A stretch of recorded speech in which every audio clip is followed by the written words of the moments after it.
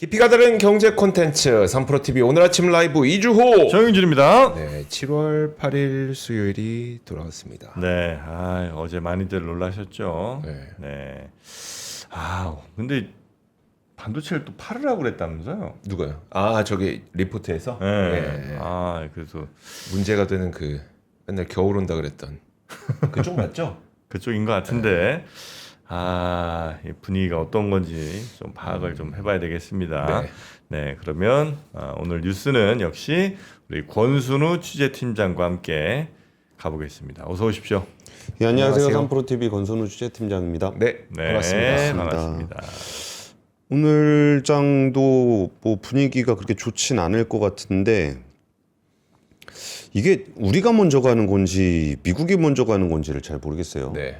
어제 일단 그 이란에서 LNG선을 좀 공격을 해가지고 유가가 좀 올랐거든요. 네. 근데 유가가 오르고 뭐 뉴욕 연준의 그 기대 인플레이션이 좀 올라서 다시 약간은 좀 금리 인상에 대한 우려가 좀 고개를 좀 드는 것 같은데 이게 어제 우리가 안 좋아서 미국장이 안 좋은 건가? 네. 우리가 먼저 하긴 하죠. 네, 우리가 좀 먼저 가는 것 같긴 해서 뭔가 우리 눈치 보다가 우리 안 좋으면 같이 안 좋아지는 것 같기도 하고 네. 이게 뭐 순서를 잘 모르겠습니다. 일단은 첫 번째 뉴스부터 전해드리면은 그 지금 그 이재명 대통령이 나토 순방에 네. 가 있어요. 그래가지고 이제 방위 산업 관련한 뉴스들이 좀 있는데 이거는 꼭 그게 나토 정상회의에서만 나오는 뉴스는 아닙니다. 여기저기에서 나오는 뉴스들이 이 정상회담을 이제 연결시켜서 좀 고려를 할 필요가 좀 있는 건데 그 미국이 한국 조선업계의 함정 건조 설계 역량을 공식 타진했다. 이제 방산업계에 따르면 미국 국방부와 해군이 최근 각각 전투함과 급유함에 대한 정보 요청을 국내 조선사들에게 보냈던 것으로 확인됐다. 그러니까 이제 국방부하고 해군에서 전투함하고 급유함을 주문을 하려 그러면은 네. 그 전에 이제 정보 요청을 할 거 아니에요. 네. 그러니까 어느 정도의 함정 역량을 가지고 있는가에 대한 문의를 하는 건데 이 함정 역량을 공식적으로 문의한 거는 이번이 처음입니다. 이게 일종의 절차거든요. 네. 그러니까 미국 연방 조달 규정에 따르면 그 아까 말씀드렸던 그 정보 요청은 정부가 계획을 수립하는 것을 목적으로 가격, 인도 조건, 기타 시장 정보 등을 파악할 때 밟는 절차입니다. 네. 그러니까 예전에 어디 뭐 해군 장군들 와서 보고 막 그런 거는 일종의 기대감이라 그러면 이번에 그 정보 요청을 한 거는 일단 절차를 밟게 되는 그런 과정이라고 보시면 될 것 같습니다. 일단 현대중공업과 하나오션의 전투함 설계 건조 역량을 그 국방부에서 요청을 했고 미국 네. 국방부에서 그거 전달을 했고요. 미국 해군의 중형급 급유함에 대해서는 이제 삼성중공업까지 세 개사가 전달을 했다라는 이야기가 보도가 됐습니다. 네. 근데 이게 연결해서 생각해 볼 수 있는 부분들이 좀 여러 개가 있어요. 이게 나토 정상회의를 중심으로 해가지고 그 방산 관련한 얘기로 연결되는 게 있고 그 대미 투자 펀드가 또 물밑에서 좀 움직이고 있습니다. 네.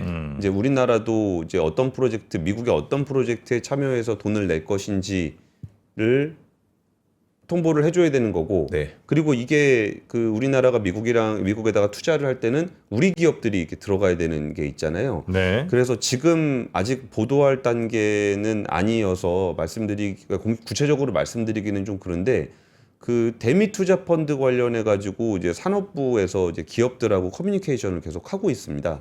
미국에서 이런 프로젝트를 하면은 당신들이 좀 담당이 될 것 같은데 여기에 이 정도의 공급을 할 수 있는 역량이 되는가 네. 이런 부분들에 대한 태핑을 하고 있는데 그 이 3사도 한화 같은 경우는 이제 필리조선소를 인수하고서 그 필리조선소는 상선입니다. 네. 근데 상선조선소여가지고 전투함을 건조하기 위한 라이센스 획득 절차를 밟고 있고요. 그 현대중공업 같은 경우는 허팅턴 인걸스 그리고 삼성중공업은 제너럴 다이나믹스 나스코와 이 협력을 맺어가지고 뭔가 이게 주문이 들어오면은 이걸 좀 같이 만들자 이런 계획들을 가지고 있습니다. 그러니까 현지 프로젝트 대미 투자 펀드가 움직이게 되면은 미국이 뭔가를 만들 때 근데 이게 미국이 군함 만드는 것까지 네. 대미 투자 펀드가 들어가지는 못할 것 같긴 한데 이제 어떤 협력하는 관련해서 이제 우리나라가 투자를 하게 되면은 일부 일감을 우리나라 조선소가 받아서 할 수 있는가? 그러니까 예를 들어서 우리나라 산업부가 대미투자펀드로 돈을 집어넣는데 네. 정작 우리나라 기업에서 일감을 못 따게 되면은 그냥 생돈 주는 게 되잖아요. 네. 그래서 그 부분에 대한 태핑을 좀 하고 있고 이번에 조선 관련한 얘기가 좀 나와 있습니다. 그리고 요 얘기는 얼마 전에 그 G7 정상회담 저 그때 순방 네. 동행 취재 갔었던 그때 트럼프 대통령이 이제 이재명 대통령한테 뭐 열척 좀 빨리 안 되냐 그 얘기를 한 것의 연장선으로 좀 해석을 하고 있습니다. 그리고 이 관련한 얘기가 좀 사실 좀 우리처럼 다른 나라가 행정 절차가 빠르지 않아요. 네. 그러니까 뭐 미 군함을 뭐 거기 군함 만들기 급하다고 얘기를 하는데 네. 우리는 주문이 들어오면 만들 수 있습니다. 네. 근데 미국 같은 경우는 이제 해외 조선소에서 만드는 반스톨레프슨 수정법 네. 이런 것들을 어떻게 우회할지를 그 자기들이 해야 되는 일이거든요. 네. 우리는 만들어주기만 하는 거니까. 그래서 그런 부분들을 좀 어떻게 풀어갈지에 대해서도 좀 계속적인 논의가 필요하다라는 이야기가 좀 나오고 있습니다. 그리고 대미투자펀드 관련해서는 뭐 약간 조금 나중에 구체적으로 나올 때 좀 더 구체적으로 말씀을 드리겠지만 뭐 저런 거예요. 뭐 LNG 네. 그리고 뭐 터빈, 뭐 산업재들 있잖아요. 네. 산업재들 관련한 것들의 주문이 좀 들어오고 있는데 저는 그 주문이 꽤 유의미할 거라고 보고 있습니다. 근데 그게 왜 유의미할 거라고 보냐면은 그 지금 그 공장들이 차 있어요. 한 29년, 30년까지 차 있는 네. 상황에서 대미투자펀드 관련한 주문이 또 들어온다는 거거든요. 네. 그러니까 그러면은 이제 그 우리나라의 생산 역량이 공급 부족인데 공급 부족인데 네. 거기에 좀 더 쇼티지를 좀 심화시키면은 단가가 좀 더 올라갈 수도 있지 않겠나라는 기대를 좀 하고 있고요. 네. 그리고 지금 나토 정상회담에 그 참석했던 그 이재명 대통령과 마르크 류트 나토 사무총장이 이제 터키에서 면담을 했습니다. 그리고 조달 기본 협정 체결을 위한 협상 개시를 공식화했다라고 좀 이야기를 했습니다. 그러니까 그 지금 우리나라가 이걸 좀 분리해서 보실 필요가 있어요. 네. 그러니까 폴란드하고 방산 거래하는 게 있고, 그러니까 루마니아하고 방산 거래하는 게 있고, 뭐 이런 건들이 있는데 네. 국가 단위로 지금 거래를 하고 있습니다. 근데 이번에 나온 얘기는 뭐냐면은 나토를 중심으로 해서 그 시장에 진출하기 위한 기본 협정 내용들을 협상을 이제 시작했다라는 얘기입니다. 근데 이게 의외로 이게 나토를 중심으로 공동 조달하는 시장이 굉장히 커요. 연 한 15조 정도 된다라고 이야기를 하고 있고 네. 여기에서의 그 나토와 협정을 맺는다는 거는 그 표준을 통일하는 것이 좀 필요합니다. 네. 그러니까 무기 체계와 관련해서는 여러 나라가 나토에 가입이 돼 있기 때문에 얘하고 무기 체계, 정보 체계, 통신 체계가 맞아야 네. 거기에 들어갈 수가 있어요. 그래서 그 이재명 대통령이 나토 방산 포럼에 참석을 해서 국가마다 표준도 다르고 생산 방식, 생산 관행이 다르다. 이 표준을 통일하는 게 굉장히 중요한 문제가 될 것 같다. 뭐 이런 얘기들을 해서 시장 접근성을 높일 수 있는 계기를 만들어 보려고 한다. 이런 얘기들이 좀 나오고 있습니다. 그럼 네. 우리나라가 폴란드랑 직접 거래하는 그런 그 물량과 별개로 나토 공동 조달 물량이 따로 생길 수 있다는 겁니다. 그 물량을 위해서. 그렇기도 하고요. 네네. 그러니까 이게 그 나토 사무 리터 사무총장이 얘기를 했었던 게 그 나토 차원에서 이거를 좀 종용을 하고 있어요. 그 리터 사무총장이 그 예전에 좀 약간은 과잉 해석되고 있긴 하지만 뭐 트럼프 아버지 네. 뭐 이런 얘기 해가지고 좀 비판을 받았던 그분 맞죠? 순간적으로 좀 헷갈리네. 볼게요. 예. 네. 그랬던 분인데 그래서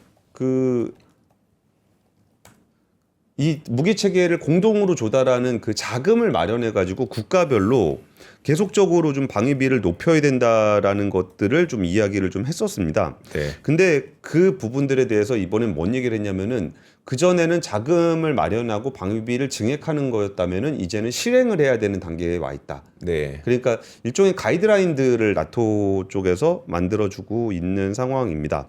근데 여기서 또 하나 여기가 좀 복잡하긴 합니다. 그게 뭐가 복잡하다고 말씀을 드리냐면은 EU 차원에서 또 자금을 조달하는 게 있어요. 자금을 마련하는 게 있어요. 네. 뭐 세이프 기금이라 그래가지고 유럽의 영내에서 65% 이상 부품을 조달하는 경우에 굉장히 저리로 대출을 내주는 EU 차원의 프로그램이 또 있습니다.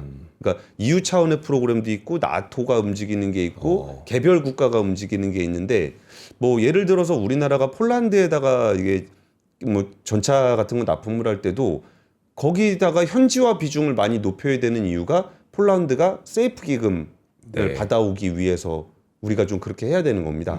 그러니까 우리가 지금 유럽에 진출을 하려 그러면은 폴란드에서 왜 우리가 다 만들어서 팔면 되지 왜 굳이 현지화를 하냐라는 네. 부분도 여기서 자금 조달을 못하면은 우리 물건을 못 사기 때문에 폴란드가 그런 것들이 좀 복잡하게 얽혀 있어서 국가 차원의 이런 작업들은 앞으로 나토 시장에 진출하는데 좀 네. 굉장히 허들을 낮추는 네. 그런 효과가 있을 것으로 보입니다. 네. 자, 그래서 지금 우리 조선사에 미국이 이런 군용 네. 배들을 이제 만들어 달라고 할 것 같다는 거죠? 아직 그 절차가 시작됐다. 예. 네, 알겠습니다. 이건 뭐 우리에게 호재는 호재겠습니다만 네. 시장 전체가 지금 시장 전체에 대한 의심들을 하는 분들이 굉장히 좀 많아서 그 얘기하기도 하긴 해요. 그러니까 장이 안 좋으면은 호재를 얘기하는 것도 참 어색합니다. 네. 자, 그럼 악재를 말씀드려야죠. 뭐 모건 스탠리 리포트 나와서 그 뉴스가 지금 제일 보시죠. 관심인 네. 것 같아요. 네. 네. 한번 좀 볼까요? 네, 일단은 실적은 잘 나왔습니다. 실적은 어제 다들 확인하셨겠지만 89조 4천억 원을 기록을 했고 이게 얼마 전에 강훈식 비서실장이 했던 얘기인데 42년 동안 삼성전자가 반도체로 벌어들인 수익이 293조 원이라는 거예요. 네. 40년 동안 누적으로 네, 반도체 부문 반도체가 봤을 때. 네. 근데 이거를 올해 그 이익 예상치가 350조 원이다. 40년치를 넘게 한 번에 벌어들일 것 벌어들일 거다. 네. 그리고 이제 89조 4천억 원이면은 엔비디아보다 더 높은 영업이익입니다. 그래서 세계에서 가장 많은 영업이익을 낸 기업이 이제 삼성전자가 됐습니다. 근데 그럼에도 불구하고 이제 모건 스탠리는 반도체 중심의 좁은 상승장이 마무리가 되고 시장 주도주가 점차 확산되는 국면으로 진입하고 있다. 단기적으로 반도체 비중을 줄이고 하이퍼스케일러 비중을 늘리는 것을 선호한다라고 고객들에게 리포트를 냈습니다. 뭐 모건 스탠리는 뭐 다들 아시다시피 뭐 반도체 저승사자라고도 불리고 여기에 뭐 겨울이 온다 네. 뭐 이런 네. 얘기들도 했으면서 그 뭐 꼭 그것 때문에 그렇다라고 볼 수도 있고 아닐 수도 있고 하지만 이 리포트가 나온 이후에 외국인 투자자들은 삼성전자를 한 1조 8천억 정도 순매도를 했고요. 우선주도 한 1,500억 정도 매도해서 2조 원 가까이 순매도를 했습니다. 삼성전자 지분율도 46%대로 하락을 해서 글로벌 금융위기 이후에 17년 만에 가장 낮은 수준으로 내려와 있습니다. 이게 우리나라 증권사들 같은 경우에 리포트는 분위기는 좀 달라요. 일단 네. 실적을 중심으로 좀 보고 있고 낙폭이 좀 과도하다라는 그런 관측들을 내고 있습니다. 근데 사실 지금은 뭐 하이퍼스케일러들도 좀 주가가 하이퍼스케일러로 좀 옮겨가라라고 얘기를 하고 있겠지만 그 전통주들로도 좀 많이 옮겨가고 있습니다. 뭐 제약주라든지 뭐 이런 쪽으로 미국 증시 네. 기준으로. 그러니까 다우존스는 지금 최고치를 계속적으로 경신을 해 나가고 있는 그런 상황이고요. 네. 그러면은 저는 이 모건 스탠리의 리포트에 동의하지 않아요. 그러니까 하이퍼스케일러로 비중을 옮겨라라는 게 이게 주식을 사고 파는 입장에서는 뭐 그럴 수 있다라고 생각합니다. 반도체가 워낙 좀 달렸으니까 좀 쉬고 어차피 AI 파는 돌아갈 테니 하이퍼스케일러가 좀 괜찮지 않겠냐. 이렇게 보는 것도 뭐 괜찮은 시각이라고 볼 수는 있는데 저는 지금 메모리 반도체 회사의 가장 큰 위험 요인은 하이퍼스케일러가 돈을 못 벌고 있는 상황에서 이렇게 계속적으로 메모리를 살 수 있을 것인가에 대한 우려가 네. 구조적으로 좀 있다라고 좀 보고 있습니다.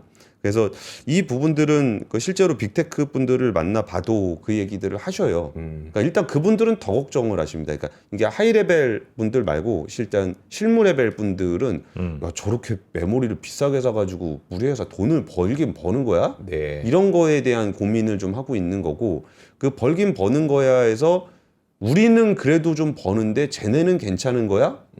라고 얘기했을 때 여기서의 우리는 이렇게 뭐 메타, 구글, 아마존 뭐 이런 회사들 네. 돈 잘 버는 회사들 직원분들이 하는 얘기입니다. 그래서 여기서 또 쟤네는 이라고 했을 때는 돈 못 버는 오픈 AI 같은 회사를 얘기하는 겁니다. 그러니까 그러면 하이퍼스케일러들의 투자가 줄어들지 않겠느냐라고 우려를 거의 작년부터 지금까지 계속적으로 하고 있는데 네. 하이퍼스케일러의 투자는 계속적으로 늘어나고 있습니다. 이번에 또 나온 보도가 아마존이 8종의 만기로 구성된 달러 표시 회사채를 발행한다라고 공시를 했는데 여기에 규모와 금리 조건을 명시하지는 않았지만 블룸버그 통신은 최소 250억 달러, 약 400조 원 정도일 것으로 보도를 하고 있습니다. 네. 여기서 미국채 금리의 1.45%포인트의 가산 금리를 얹은 수준으로 논의가 되고 있고요. 여기에 만기가 가장 긴 채권은 40년물이라고 합니다. 근데 40년물 정도 되면은 예전에 우리 영구채 같은 거 네네. 조달할 때도 30년물 해놓고 스텝업 조항 넣고 보통 그렇게 하거든요. 그러니까 얘는 거의 증자에 가까운 그 채권 조달이라고 보셔도 무방할 것 같습니다. 그리고 여기에 뭐 왜 어디다 쓸 거냐라고 그랬을 때 부채 상환, 인수 투자, 자본 지출 등을 써놓긴 했는데 대부분 AI 인프라에 투자할 것으로 관측되고 있습니다. 그러니까 이거를 좀 어떻게 봐야 되느냐라고 요새 뭐 채권 조달 많이 하잖아요. 네. 스페이스X 같은 경우도 유상증자 IPO죠. IPO를 하자마자 또 증자 채권 발행을 해가지고 이게 무슨 일이야라고 좀 얘기를 하고 있을 때 그 금리가 인상될 거다라고 본다면은 빨리 회사채를 조달을 하는 게 캐피탈 게인 측면에서도 유리합니다. 네. 그래갖고 지금 자금 조달을 하고 있는 것으로들 평가를 하고 있고 그 아마존 같은 회사는 뭐 이자를 못 갚아가지고 회사가 망할 회사는 아니잖아요. 네. 그러니까 오히려 캐펙스를 그러니까 AI 인프라 투자를 계속적으로 한다는 메시지로 보시는 게 오히려 적합할 겁니다. 그리고 이제 스페이스X라고 표현은 되어 있지만 XAI 같은 경우도 지금 전 세계에서 칩을 어마어마하게 사들이고 있습니다. 네. 그리고 거기가 제가 그 클러스터링 관련한 얘기를 좀 많이 드렸었는데 칩과 칩을 연결해서 데이터 센터를 효율적으로 운영하는 기술이 XAI가 꽤 뛰어나다라는 네. 말씀을 좀 드렸는데 실제로 우리나라 왜요? 뭐 얘기해도 되나 안 해도 뭐요? 그러니까 예, 업체명은 얘기 안 하고 우리나라 반도체 회사도 굉장히 지금 긴밀하게 XAI하고 이 반도체 그 제공 관련한 얘기를 나누고 있습니다.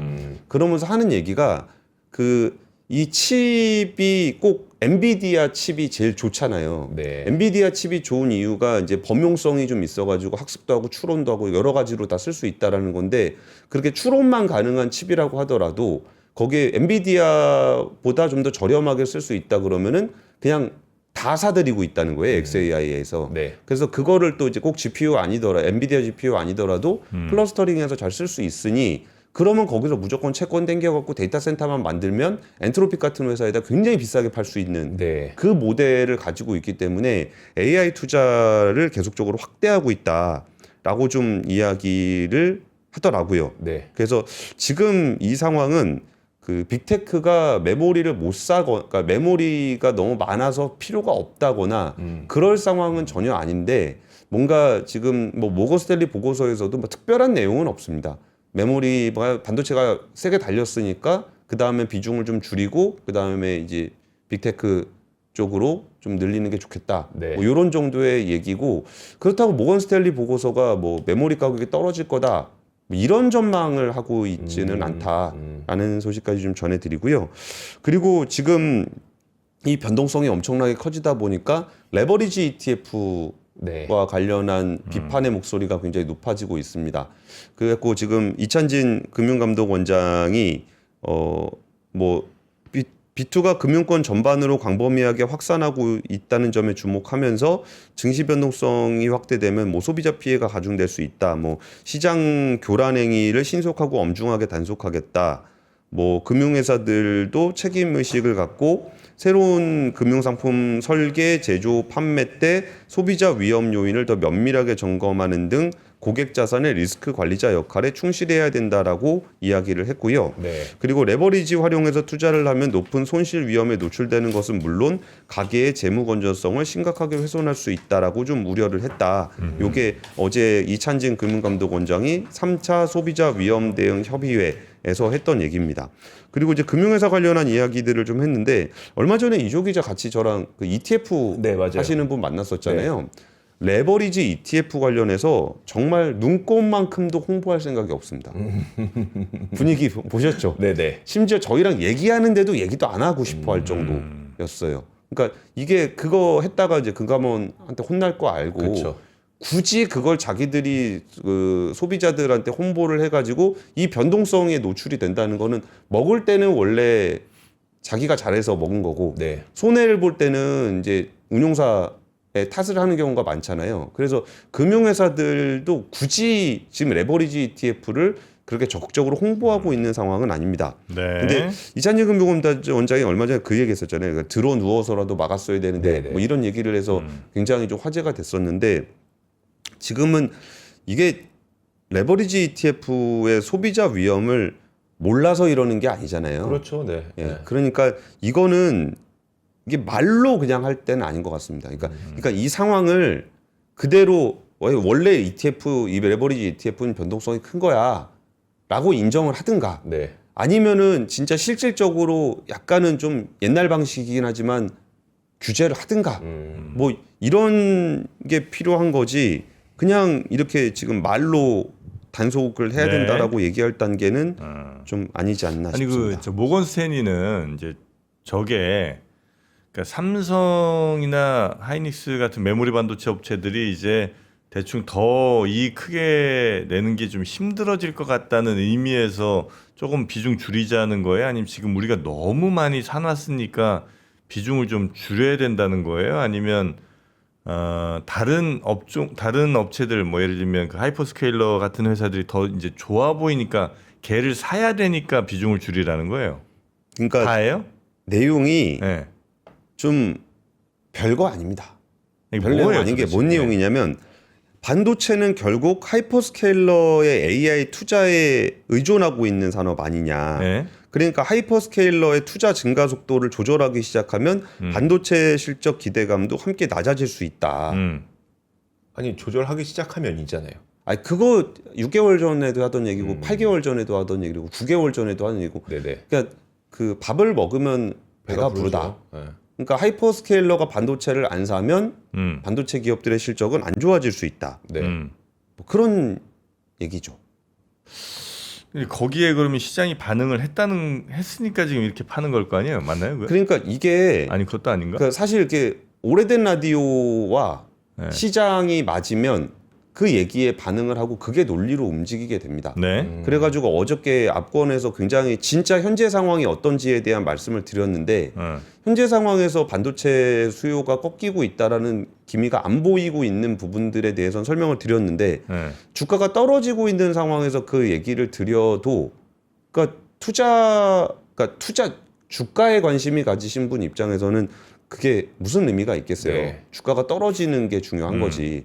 그러면 주가가 떨어지고 있는 상황에서는 이 모건 스탠리의 보고서의 그 뻔한 이야기, 뭐 하이퍼스케일러들이 안 사면 뭐 떨어질 거 아니냐 이 얘기가 설득력을 얻게 되는 거죠. 네. 근데 아까 제가 설명드렸던 아마존에서 채권 조달을 뭐 몇십 조 단위로 하고 있다라는 네네. 거 그거 뻔히 데이터 센터 투자를 하겠다고 해석을 하고 있잖아요. 네. 그러면 데이터 센터 투자를 하는데 어떻게 메모리를 안 삽니까? 그러니까 주가가 떨어지고 있는 상황에서는 역전이 그러니까 우리가 이제 업황이 꺾이지 않고 있다라는 네. 것들이 계속 나오고 있지만 네. 시장에서 잘 이렇게 받아들여지지 알겠습니다. 않고 있는 거죠. 네. 자 그리고 세 번째 뉴스도 AI 관련된 뉴스군요. 중국. 예. 네. 중국의 그 딥시크가 자체 AI 칩을 개발 중이다라는 보도가 로이터를 통해 로이터인가? 예, 일단 나왔습니다. 네. 그러니까 딥시크가 1년 전부터 자체 칩 경쟁에 뛰어들기 위해서 노력을 해왔고 칩 설계, 파운드리, 메모리 기업들과 논의를 해왔다. 그리고 몇 달에 걸쳐서 엔지니어 채용을 늘렸고 비공식적으로도 기술 인력을 뽑고 있다. 네. 그러면서 이제 로이터는 글로벌 AI 개발사들이 자체 칩을 확보해서 하드웨어 통제력을 강화하고 엔비디아 의존도 경감을 모색해 왔는데 딥시크도 이 대열에 합류하게 됐다라고 얘기하고 있습니다. 뭐 오픈 AI 같은 경우도 이제 브로드컴과 공동 개발한 칩 할라피뇨를 공개를 했었고, 뭐 엔트로픽 같은 경우도 자체 AI 칩 개발을 검토하고 있다라는 얘기를 하고 있는 건데요. 이거는 좀 어떤 측면에서 보시면 좋으냐면은 이 모델을 만들던 회사가 자기가 모델을 만든다고 해서 모델만 만드는 건 아니에요. 네. 모델이 잘 돌아가게 하려 그러면은 그 밑에 있는 하드웨어 단 그리고 그 중간에 있는 인프라 소프트웨어들까지 컨트롤을 좀 해야 되거든요. 네. 그래서 이제 거기 밑으로 내려가고 있다라는 건데, 딥식 같은 경우는 그 엔비디아 칩 쓸 때 뭐 처음에 엔비디아 칩 쓰다가 H800 쓰다가 지금은 이제 화웨이 칩을 좀 쓰고 있는 그런 상황인데, 뭐 그럴 거면은 이제 뭐 직접 만들자는 개발 전략으로 네. 가고 있다라는 보도가 좀 나오고 있습니다. 그러니까 중국에 있는 모델 회사들이 이제 토큰 팩토리를 중심으로 해서 돈을 꽤 벌고 있고, 토큰 팩토리의 토큰 가격이 굉장히 낮아진 상황입니다. 네. 근데 그 낮아진 그 토큰을 최적화시킬 수 있는, 모델 최적화를 시킬 수 있는 칩 레벨까지 가고 있다라는 얘기인 거고, 네. 이거는 중국의 독자 플랫폼이 점점 강화되고 있다라는 측면으로 보시면 될 것 같습니다. 근데 여기에 또 이제 로이터의 보도, 이건 또 다른 보도인데, 다른 보도는 뭐냐면은 중국 정부가 주요 기술 기업들, 알리바바, 바이트댄스, 뭐 지프, 알리바바가 QN 만드는 데고, 뭐 네. GLM 뭐 이런 데들이 있는데, 여기들을 만나서 그 니네 모델 그 외국에다가 다 공개하지 마라, 해외에서 접근하는 거를 제한하는 방안을 논의하고 있다 라는 얘기가 지금 중국 소식통들을 통해서 전해지고 있습니다. 네. 근데 이게 뭘 연상시키냐면은 얼마 전에 그 미국 상무부에서 엔트로픽의 클로드 페이블 5하고 미토스 5의 수출 통제를 했었습니다. 이게 그 클로드 페이블 5하고 미토스 5는 사이버 보안 관련해서 굉장히 화제가 됐었던 그런 거고, 굉장히 좋은 성능을 보이면서 국내에서도 이용자들이 꽤 많았었습니다. 근데 이게 사이버 안보를 위유로 그랬을 거라고 저는 믿고 있는데, 미국 상무부가 언제든 우리가 사용하던 모델에 수출 통제를 할 수 있다. 걸 수 있다. 라는 것이 확인이 된 거고요. 네. 이번에 로이터에서 나왔던 얘기는 그 중국도 자기 모델, 이건 심지어 오픈웨이트 모델이라 그래가지고 아예 다 공개해서 쓰려면 쓰라라고 만들어 놓은 모델인데, 네. 여기에 대한 수출 통제를 할 수 있다는 겁니다. 그러면은 이게 이런 부분들이 진짜 아까 뭐 반도체에서도 이렇게 중국화, 중국화가 아니라 블록화가 이루어지고 있는 상황이라, 이 부분들이 좀 보여주고 있는 AI판과 글로벌 지정학적인 이슈가 모이고 있다. 요것도 좀 중요하게 보셔야 되는 포인트인 것 같습니다.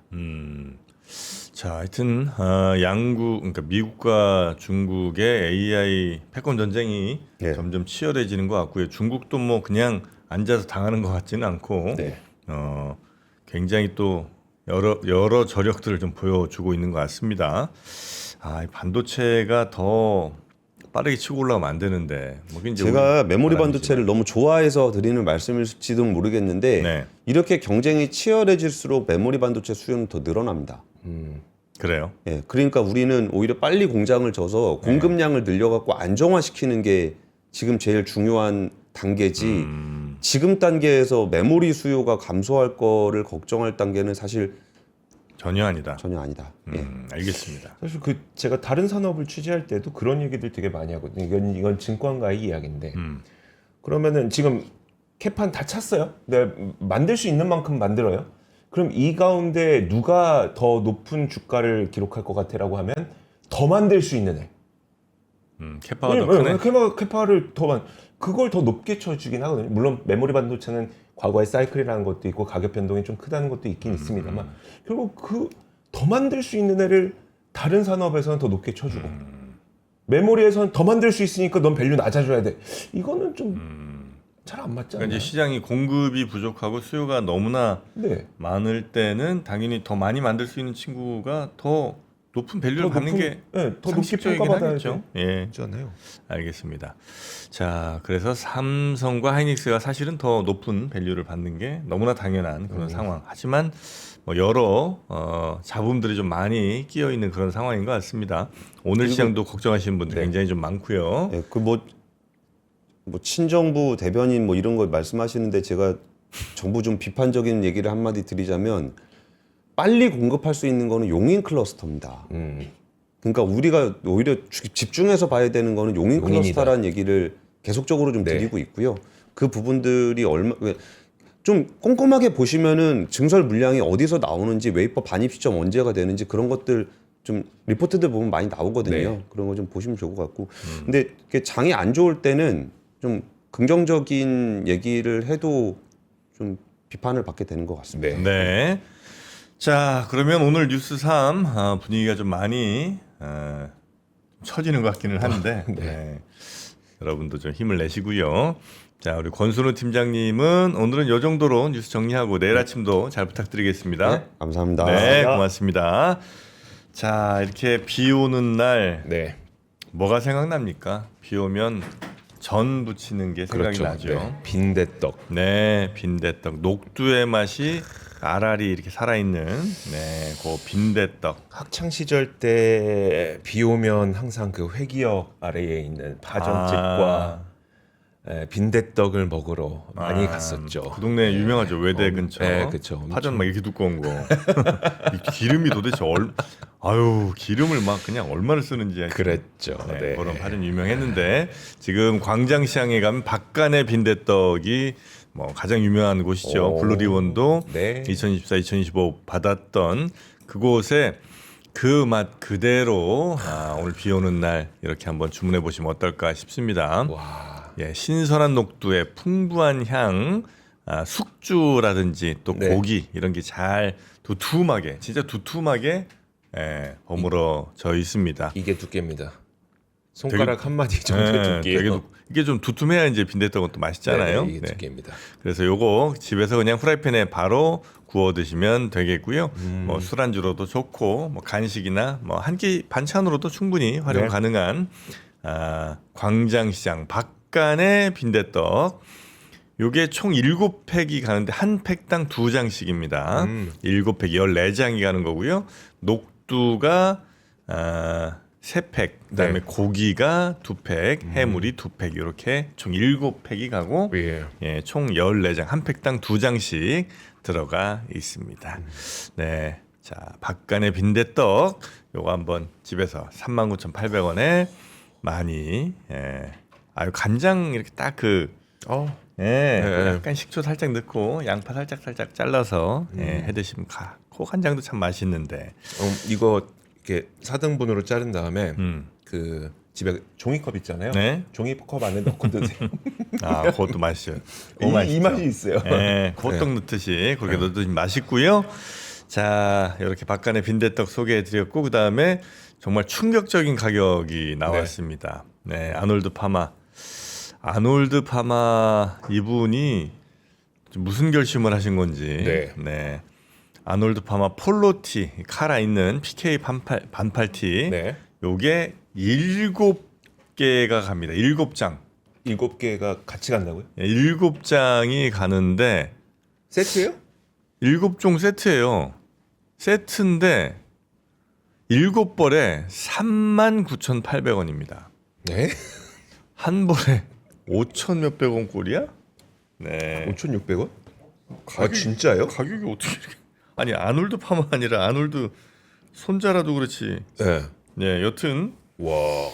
뭐 요게 5천 몇백 원 꼴. 제가 입고 있거든요. 예. 이게 5,600원 꼴이라고요? 예, 5천 한 800원 좀 될 것 같은데. 와. 예, 색깔이 다양하게 네. 갑니다. 이게 또 냉감 소재라 입자마자 온몸이 시원한 여름에 입기 아주 좋은. 하루에 막 땀 많은 날은 2벌도 입어야 되잖아요. 네. 오전에 너무 많이 땀 나면 또 오후에 딴 거 입어야 되고. 그렇죠, 이럴 네. 때 차에 이렇게 하나씩 갖고 다니시거나 아니면 이제 괜찮네요. 핸드백 같은데 조금 네. 뭐 이렇게 에코백 같은데 하나 한 벌 정도는 이렇게 부피가 얼마 안 되니까 네. 넣고 가셨다가 오전에 뭐 낮에 점심 먹으러 나갔다 땀 너무 많이 났다 그러면 오후에 갈아입으시는 것도 괜찮은 이야. 방법 아닐까 싶네요.